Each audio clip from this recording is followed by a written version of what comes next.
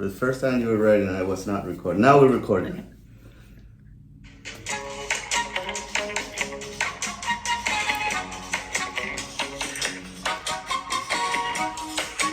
Kind of like this music a lot. Welcome, Allison. Hi, Carlos. Episode numero 26. Yes. You know what that is? We're 26. 26. Yes. At half an hour per episode, that's 13 hours of podcast so far. That's a lot. Well, you know, if you're one day home, nothing to do, you can watch us for 13 straight up hours. You can binge on 30 minutes. Binge on 30 minutes sounds out. It's funny you say that because I was thinking about it this morning. I was walking and, thinking about what I had for the day. And in my mind, it was the 25th episode. So I was like, okay, we're a fourth of the way to our goal because we said we would do 100. That's your goal. My goal is 1,000. Well, we said we would do 100 because that's like the benchmark. Like you have to put out that many, right? So after 100, we can say it fails, or we can keep going, we just can't stand each other anymore. I don't know. But anyway, I was like, if we put out 100 episodes, that's 2 years worth of episodes, essentially. I mean, well, it's going to be a little bit more because you have to take into account the weeks that you're in the beach, the weeks that you're in the mountains, the weeks that you are... the weeks that you disappear and won't tell anybody where you are. Talking about disappearing, I will disappear next week. I heard you were actually, that's all you would tell me, though. I'm going to be gone. Where are you going to be? No, you're talking about me? Oh, okay. Yes. Talking about us, we don't have a guest this episode because we decided to answer a bunch of the questions that our listeners have been asking. Correct. And we actually wrote it down. We're getting professional, Real professional, yeah. We're getting scripts. This is not a script. This is you said it was talking points. Talking points, yeah. So maybe we're not getting professional. Maybe we're just getting old that we can't remember the questions they ask. Listen, it goes hand to hand. You know, the older you get, the more experience you have, the more professional you become. That's the theory, right? Theoretically. Isn't there something that says you have to do something for 10 years to call yourself an expert? No. You haven't heard that? No, I haven't. Oh yeah, it's a very popular saying. So we've been doing this for 10 years. We're experts. We really are. Combined 20 years. If you combine our years experience. Then after that, combined 20 years, yeah. But I thought you were saying we're what like happens after. OGs now. Yeah, after 20 years, and you start counting back and how many years to retire. Talking about retirement too. I don't think real estate agents retired; they just quit. That was that was the thing that I was actually talking about over the weekend with a friend about retirement. What is retirement? People seems like aiming for that retirement. Oh, I just can't wait till I can retire and everything. And you talk to retired people, and they're happy with their life. Sorry, go ahead. No. Finish your story. I feel like the idea of retirement is evolving now. 20 years ago, I feel like the majority of people had these set 9-to-5 salary type jobs where they had to show up every day at a certain time, work a certain amount of hours, and they were just working towards the day that they could retire. And then trust in their 401k accounts and Social Security. Correct. Yes. That's how my parents were essentially. But I feel like our generation is changing that, where we have a lot more, entrepreneurs, business owners, people who have diversified, what they're doing for income so that, you're not necessarily looking for that golden day that you'll never work again, but you may change the way that work-life balance looks. And I think that also the more information that is out, for example, people are starting to questioning that 401k format. Is that really the best use of your resources to secure a better retirement?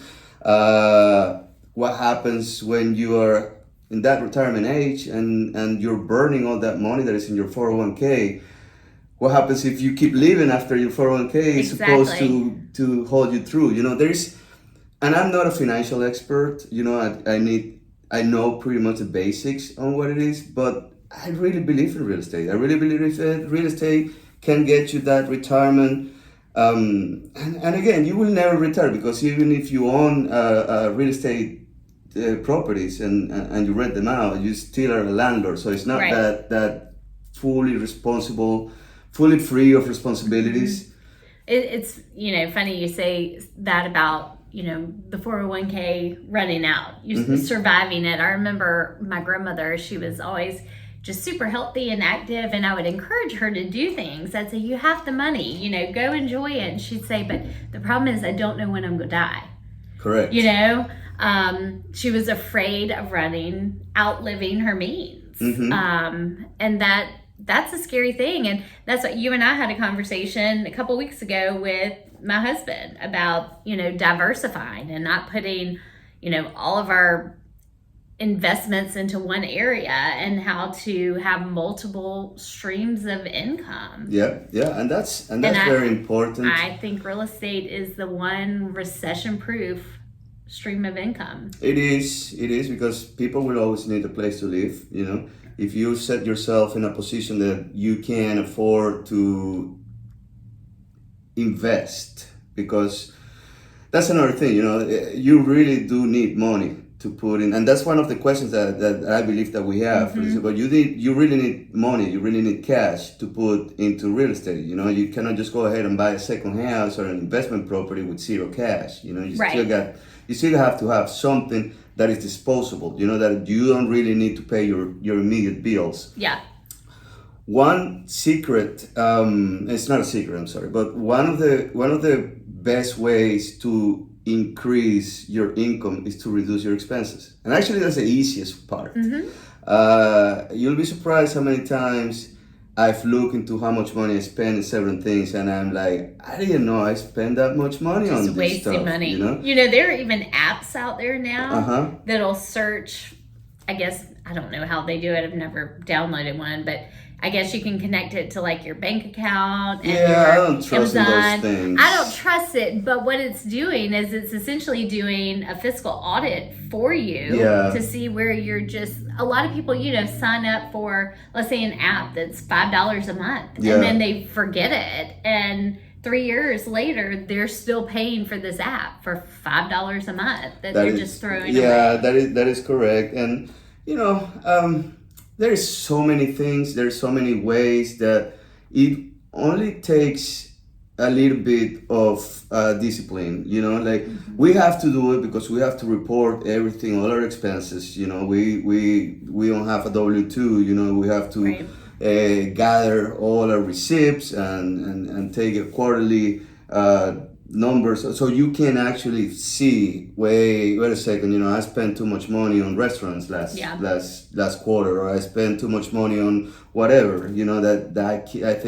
don't need.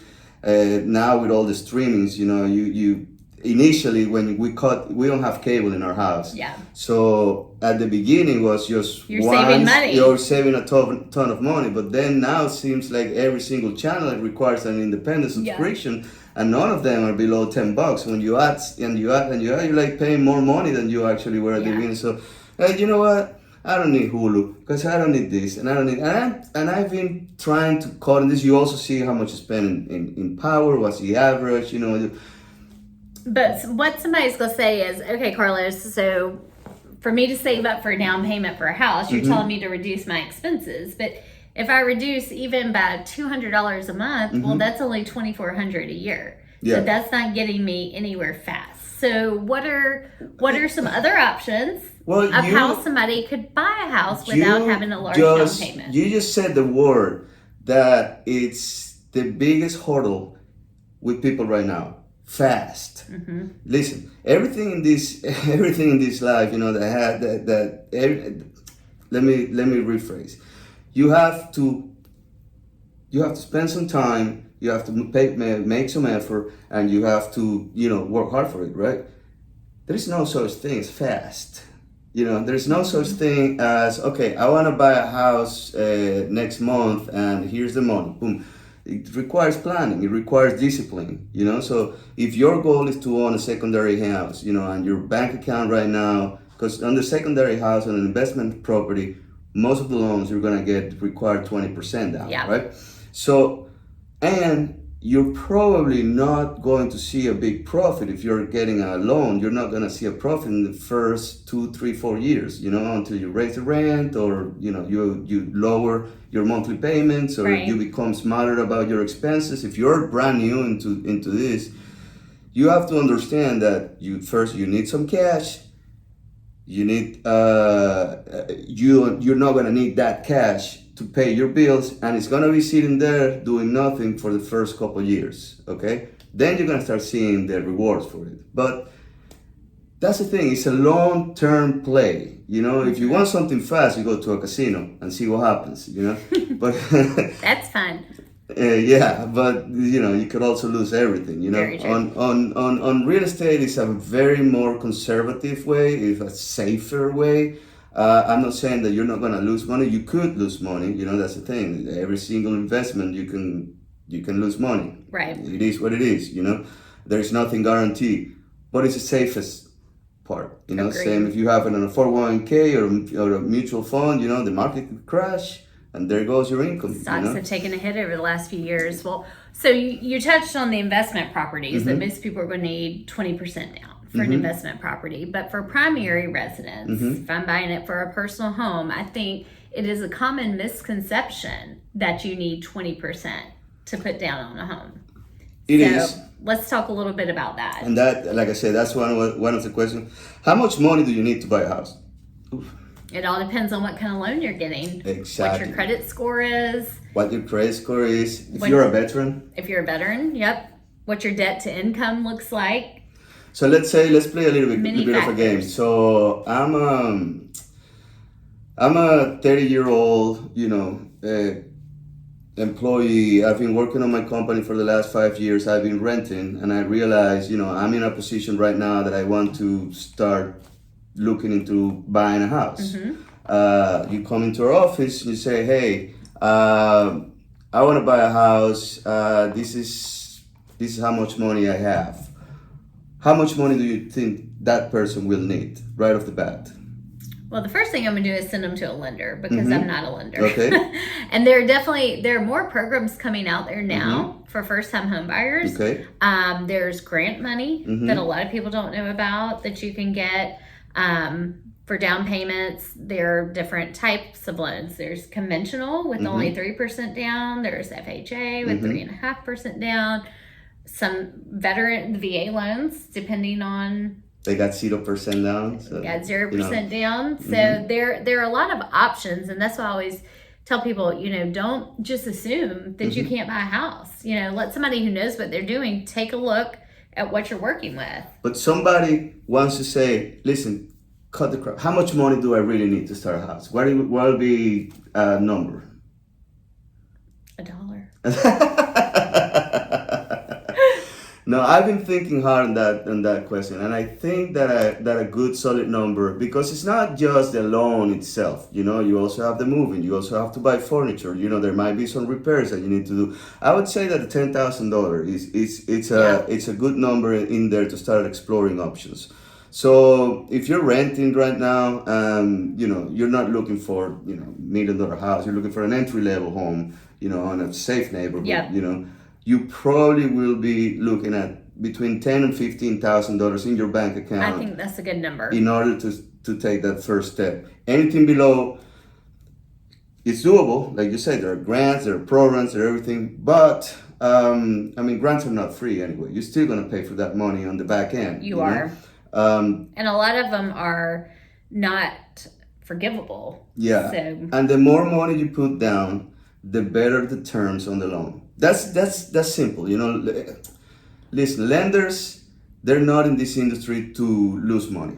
It's not a charity. It's not a charity. They're in this industry to make money. And, it makes a lot of sense. Imagine if you have $400,000 in your bank account and somebody comes in here, hey, I want to take your money so I can buy me a house.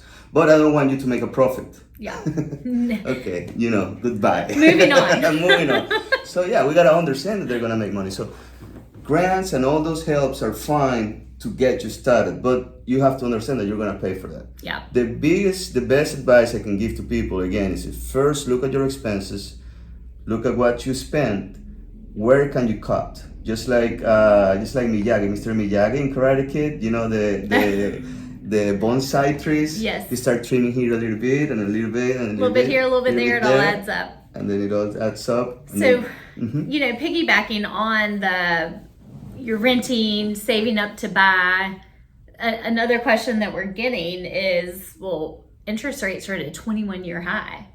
Why would I not just keep renting instead of buying at this time? That's a very good question. And the answer is, it's very simple. Do not ever try to time the market.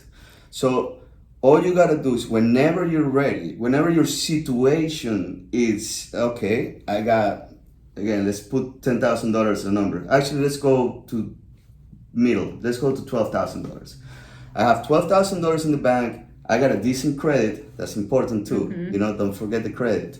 I got a decent credit.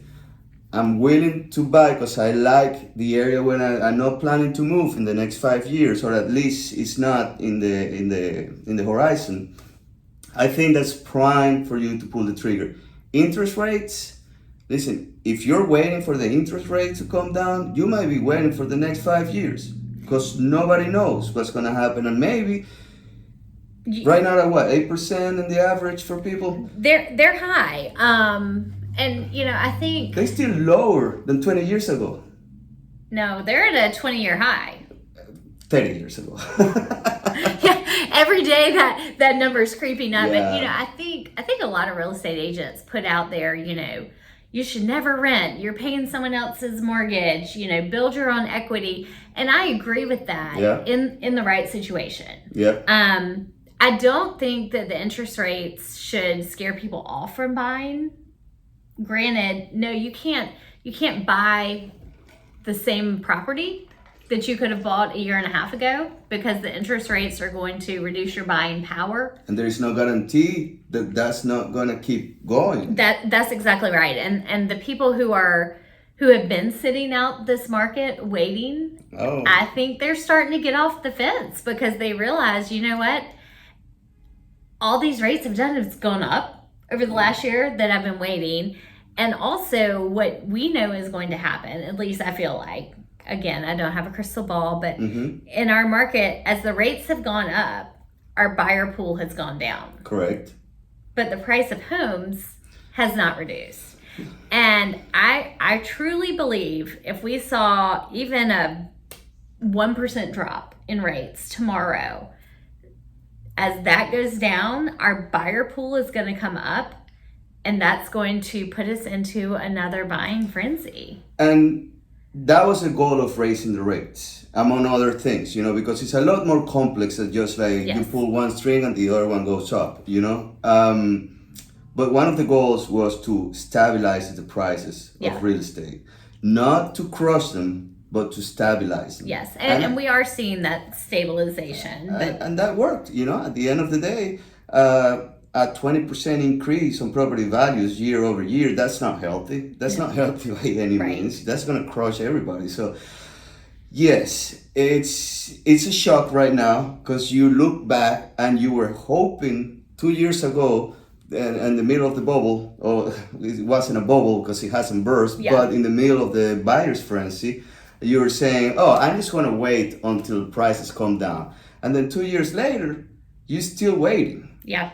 What's to say that that's not going to keep happening now, not going to keep happening from now until 5 years from now on? So back to the point, you have to buy when you're ready, when it's the right time for you. Do not, and I'm going to say it again, because I'm going to repeat this, I repeat this to every client. Do not try to time the market.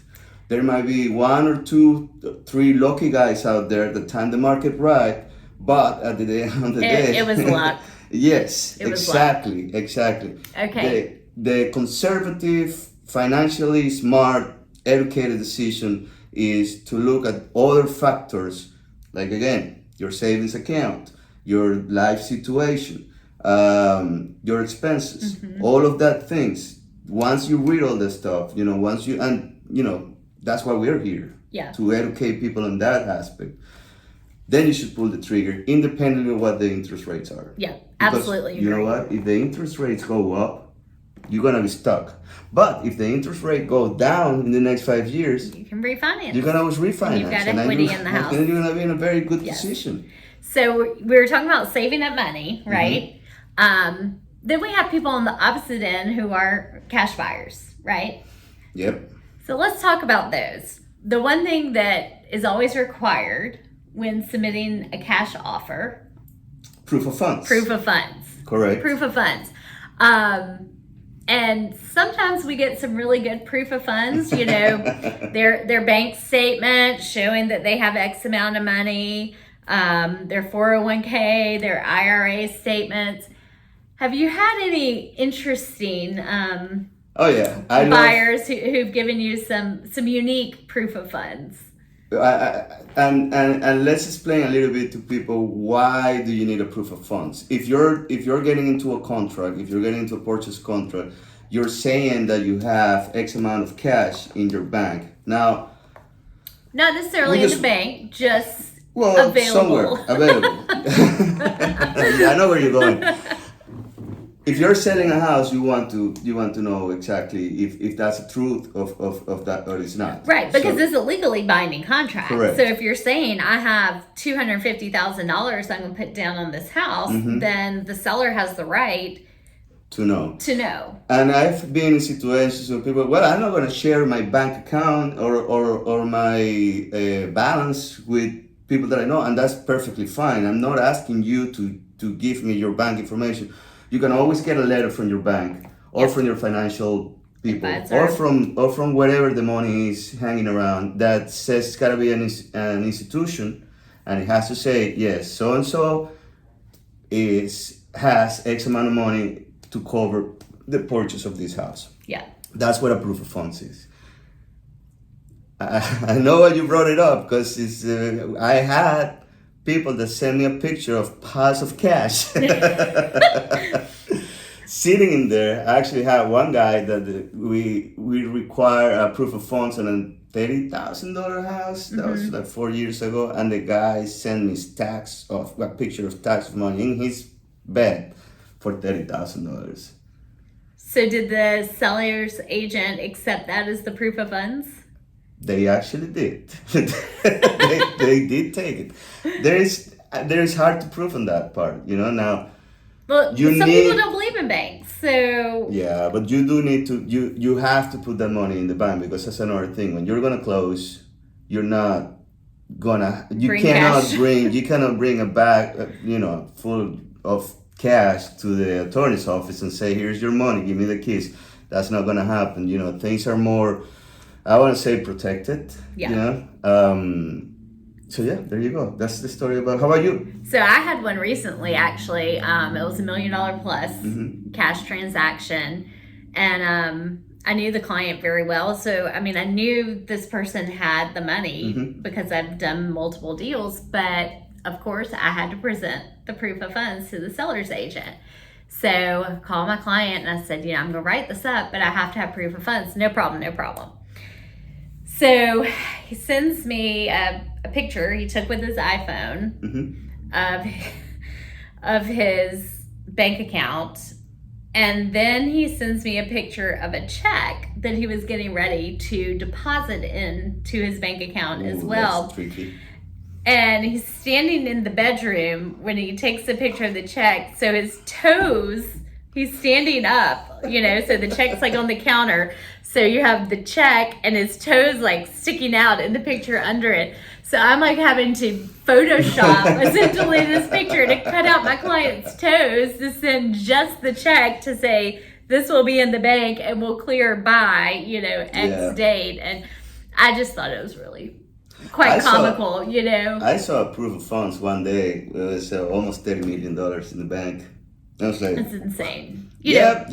You pretty much qualify. Whereas like my clients who bought a house with cash back in July, which was around $400,000, they weren't showing anything. They got a letter from their bank, just stated they had the exact amount for the contract price.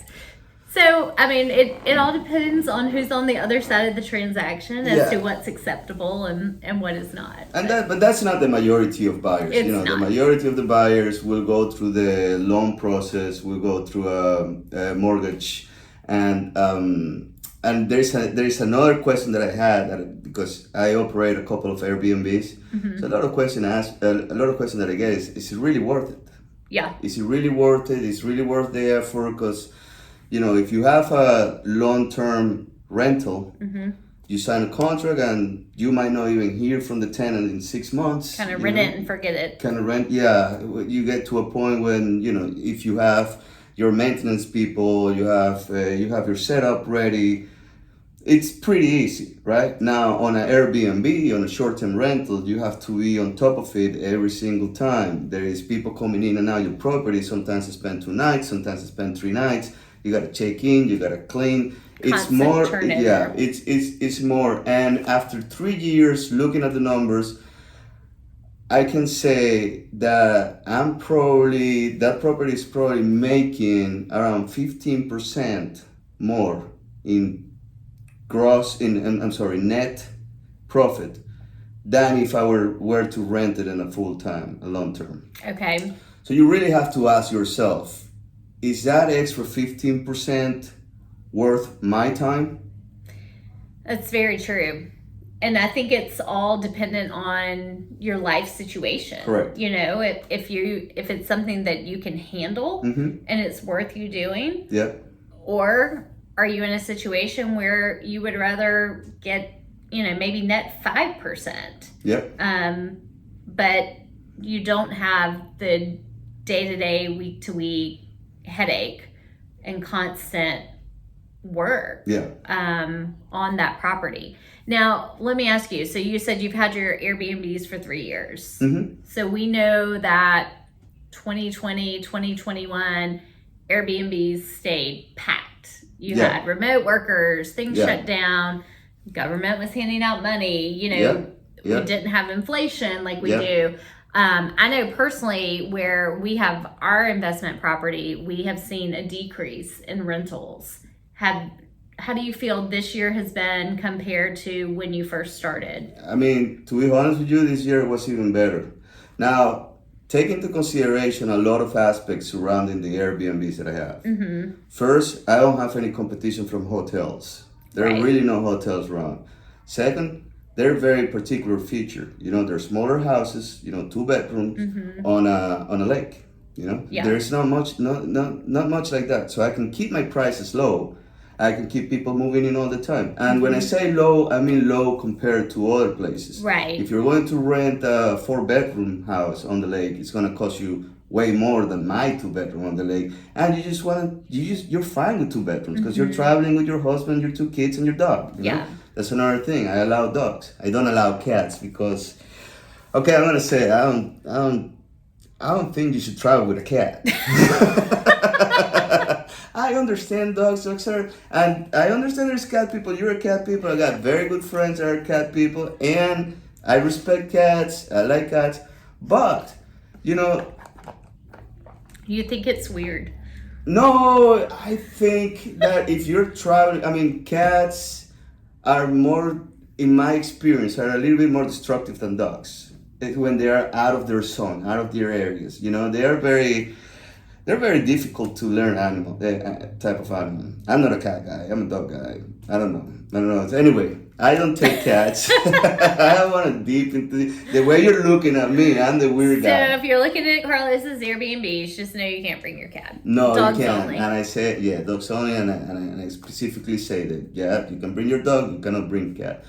But going back to your question, I think that these properties offer a very unique and very solid option for people that are traveling, And I think maybe that's something people need to look into if they mm-hmm. are considering getting into Airbnbs, is absolutely. That you're not going and purchasing something, especially with where we are right now mm-hmm. in the economy, that is being offered by multiple people, but try and find something that is more unique that you can offer that is going to appeal to people. Again, you said especially where we are in the economy, again, you are timing the market.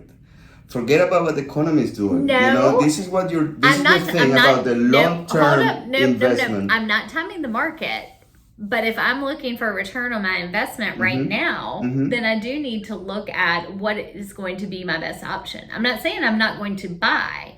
I'm saying considering what would be best to buy at this time.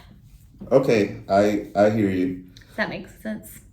But with a focus on the long term. Yeah, with a absolutely. focus on 10 years, 15 years. One thing about Airbnb is it has to have a feature. You cannot just buy a house in a neighborhood. First, it's not fair to the people living around you, Well, New York is cracking down on that big time. Well, everybody's trying to crack down on it just because, and I have a very strong opinion on it, not just because, I work with Airbnb, but first, it's private property. I really don't want anybody to tell me what can I do or what can I do with my private property. Mm-hmm. Now, I understand we live in rules and we live in a society and we have to, if I'm not bothering you, why are you bothering me? Now, the main reason why people are cracking out is because of the wild parties and the people destructive and the people. That's what I was about to say. A lot of these where they're cracking down too, I believe, are in condos or mm-hmm. apartment buildings where you're maintained by an HOA. You're sharing Correct. Walls with people. I agree. To me, it's very different. But we have talked and. Oh. Yes. That's 30 minutes. Damn. We have barely touched on the questions that we had. And you didn't do your monologue. Your monologue. Yeah. You promised last episode that you I know, but we ran out of time. So dude, this 31 minutes. 31 minutes down south today. Oh, man, maybe we should. There's so many things I want to talk about. Well, we'll revisit this in a couple weeks. How about that? I guess. So send us any more questions you have. We might have created some questions from our dialogue today, but yeah, I really wanted to see that monologue. Sorry. Okay, promise you're gonna have it for the next time, please. For the second promise. This time it's a real promise, not like a fake promise in the last episode. I promise I will look for it. We want to hear that. All right, guys. Thank you so much. Bye. See you next time.